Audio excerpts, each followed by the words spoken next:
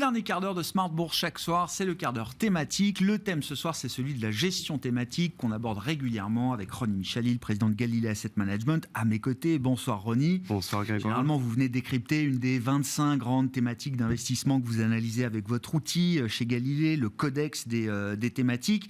Comme nous arrivons et comme nous avons passé même la mi-année 2024, nous faisons cette fois le palmarès semestriel des grandes thématiques de marché que vous analysez avec tout d'abord, j'allais dire, un palmarès assez traditionnel et un podium avec les meilleurs performance, pour le coup, c'est la mesure quand même qui fait référence de ce point de vue-là. Et puis à l'inverse, le flop, les pires performances qu'on a pu observer dans ces grandes thématiques d'investissement sur les 6 premiers mois de cette année. Qu'en est-il, Ronnie ? Exactement, on appelle ça le top 3 et flop 3.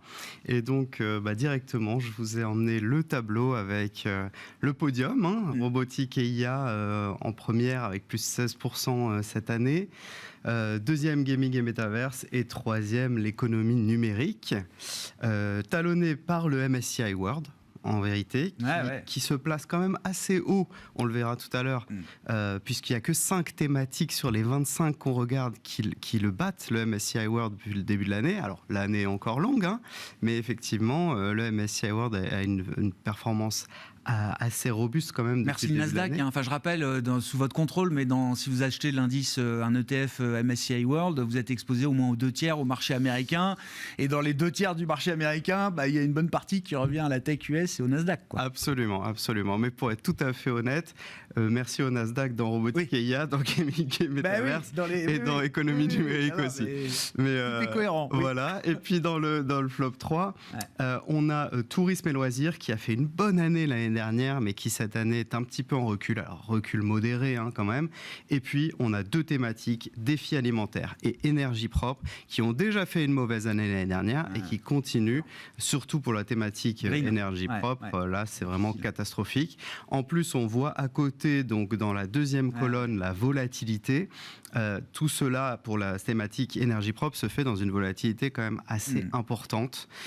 Donc voilà, au niveau du top 3 et du flop 3, on a ces thématiques-là, et notamment gaming et métaverse, économie numérique, qui ont encore une volatilité assez contenue, qui ont fait une bonne année l'année dernière et qui refont une bonne année cette année. Qu'est-ce qu'on peut dire d'ailleurs spécifiquement, là, au moins sur les 3 premières, là, si on prend économie numérique, gaming et métaverse, robotique et IA, sur économie numérique, qu'est-ce qu'il y a à dire précisément sur la performance Tout à fait. Alors on peut voir maintenant ici en graphique, on a le MSCI World en pointillé noir qui talonne vraiment les thématiques du top 3, et puis vous avez en rouge, en marron, et puis en vert, les 3 thématiques du flop 3 qui sont bien loin derrière.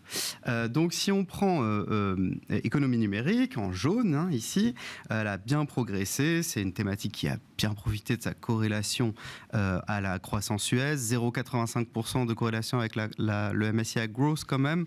Bien sûr, une belle saison de résultats aussi. On a Netflix qui a bien publié, plus 40% year-to-date quand même Netflix.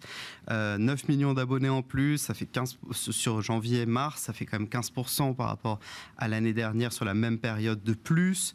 On a Amazon, presque plus 30 depuis le début de l'année, qui a bien publié aussi. De manière générale, on peut dire que c'est une thématique qui est portée par les nouveaux modes de consommation post-Covid, bien sûr l'ubérisation, bien sûr la digitalisation du shopping, mais également l'économie de la flemme. On avait eu l'occasion d'en parler ensemble. Du canapé, c'est ça, oui. Ouais, exactement. Ouais. Et il faut savoir, selon la Banque mondiale, quand même, que l'économie numérique, c'est 15% maintenant du PIB mondial, et que ça croît 2,5 fois plus vite que le PIB reste mondial. Du monde, que le monde dans son ensemble. Qu'est-ce qu'on peut dire de gaming et métaverse ? Tiens, là, ça nous amène peut-être un peu aussi à l'économie de la flemme. Un petit peu. Alors, gaming et métaverse, plus 46% l'année dernière. On continue cette année, plus 14% cette année. C'est une thématique qui ne peut pas s'analyser sans le prisme de l'IA, c'est clair. Mais il y a aussi dans cette thématique des sociétés qui sont liées aux semi-conducteurs et des sociétés qui sont liées au cloud. Au cloud, pourquoi ? Parce que dans le gaming, maintenant, après les consoles de dernière génération qui sont sorties dans les années 2020, on va dire, maintenant, les grandes entreprises éditrices de jeux vidéo travaillent à des consoles carrément virtuelles, à l'absence de console, où tout se passerait maintenant sur le cloud. Donc effectivement, il y a des entreprises du cloud qui sont bien impliquées également dans cette thématique. Il y a également un fort développement du métaverse. C'est plus vraiment le monde un peu virtuel, loin des réalités qu'on connaissait. On commence à utiliser le métaverse vraiment dans le business model des boîtes, notamment les boîtes de construction qui vont, avant de construire un immeuble, par exemple, faire des plans sur le métaverse maintenant. Donc le métaverse a un taux de croissance de 44% estimé d'ici à 2028 et Meta fait plus 40 depuis le début de l'année. Ouais. Et puis enfin, donc le leader, toute catégorie confondue, si je puis dire, toujours autour du digital dans son ensemble. Là, on parle de robotique et IA qui continue sur sa lancée. Absolument. Alors, plus 51% l'année dernière. Oui, c'est ça. C'était la deuxième thématique l'année dernière, médaille d'argent, on va dire. Et plus 16% cette année, donc médaille d'or cette année. On a Nvidia, évidemment, dans cette thématique, plus 150% depuis le début de l'année. On a Qualcomm dans les semis, plus 41%. Et puis Intuitive Surgical, plus 32% depuis le début de l'année, un petit peu plus dans le médical. Et ici, on voit le graphe du PI. Alors, c'est le PI versus le MSCI World.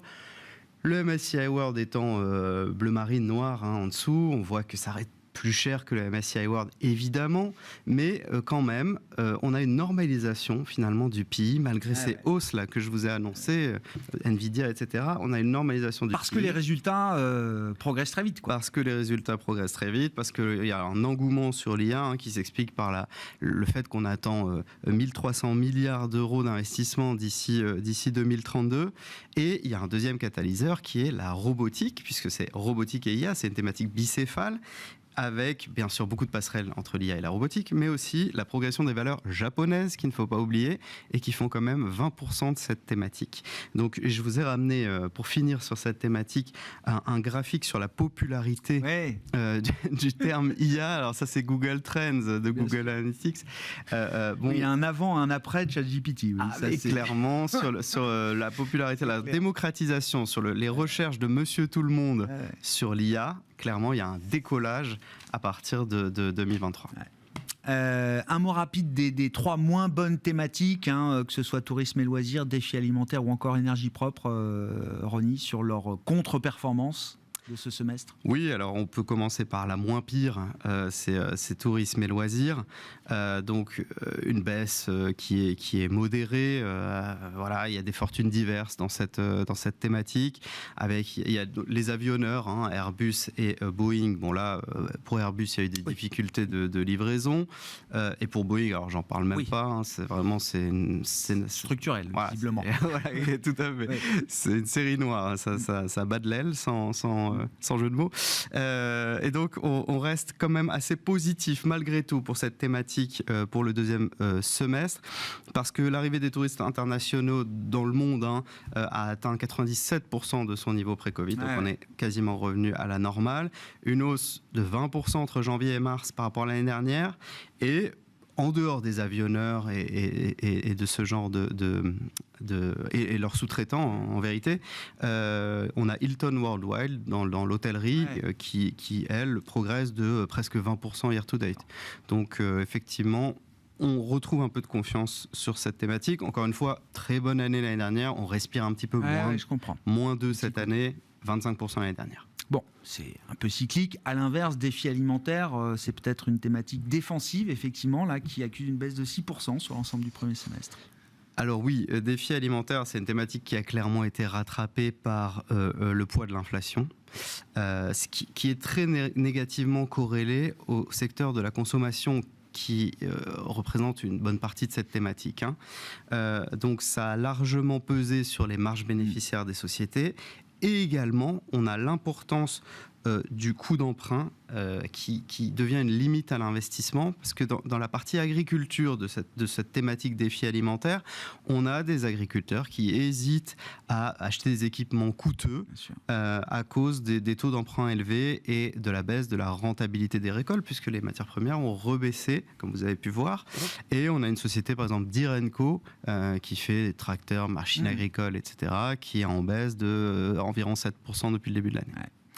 Enfin, la green tech, les énergies propres, vous le disiez, 23 a déjà été une année noire et 24 est parti dans cette lancée-là également.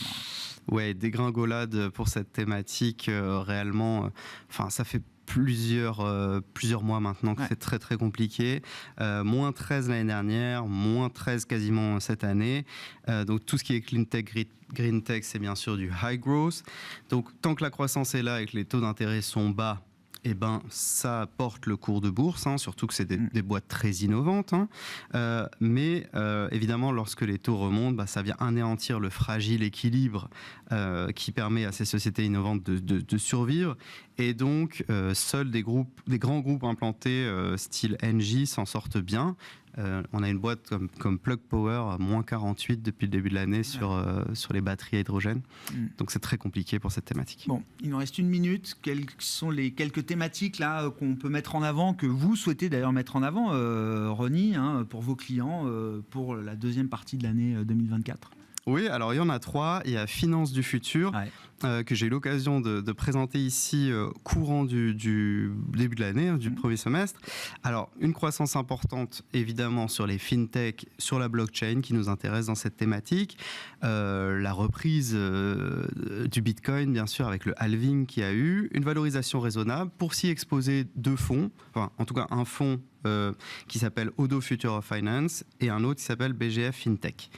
Ensuite, il y a Cycle de l'eau, une thématique qui nous intéresse, que j'ai présentée ici le mois dernier parce qu'elle a un bêta faible, un équilibre croissance-value et une valorisation attractive. Et pour s'y exposer, un ETF, Amundi MSCI Water et un fonds BNP Paribas Aqua. Et enfin, robotique et IA, on en a déjà parlé. Ce qui nous intéresse, la croissance des bénéfices par action, évidemment, près de 20%. Le pourcentage du CA réinvesti en R&D, très important. Une valorisation qui se normalise, on l'a vu sur l'écran. Et pour s'y exposer, un ETF, iShares Automation and Robotics, et un fonds Candriam Robotics et Innovative Tech. Attention, thématique très corrélée à ce que représente NVIDIA. Merci beaucoup Ronnie, merci pour votre analyse thématique dans l'émission et ce palmarès des thématiques à l'issue du premier semestre. Ronnie Micheli, président de Galilée Asset Management, était l'invité et l'interviewé de ce quart d'heure thématique sur Smart Bourse.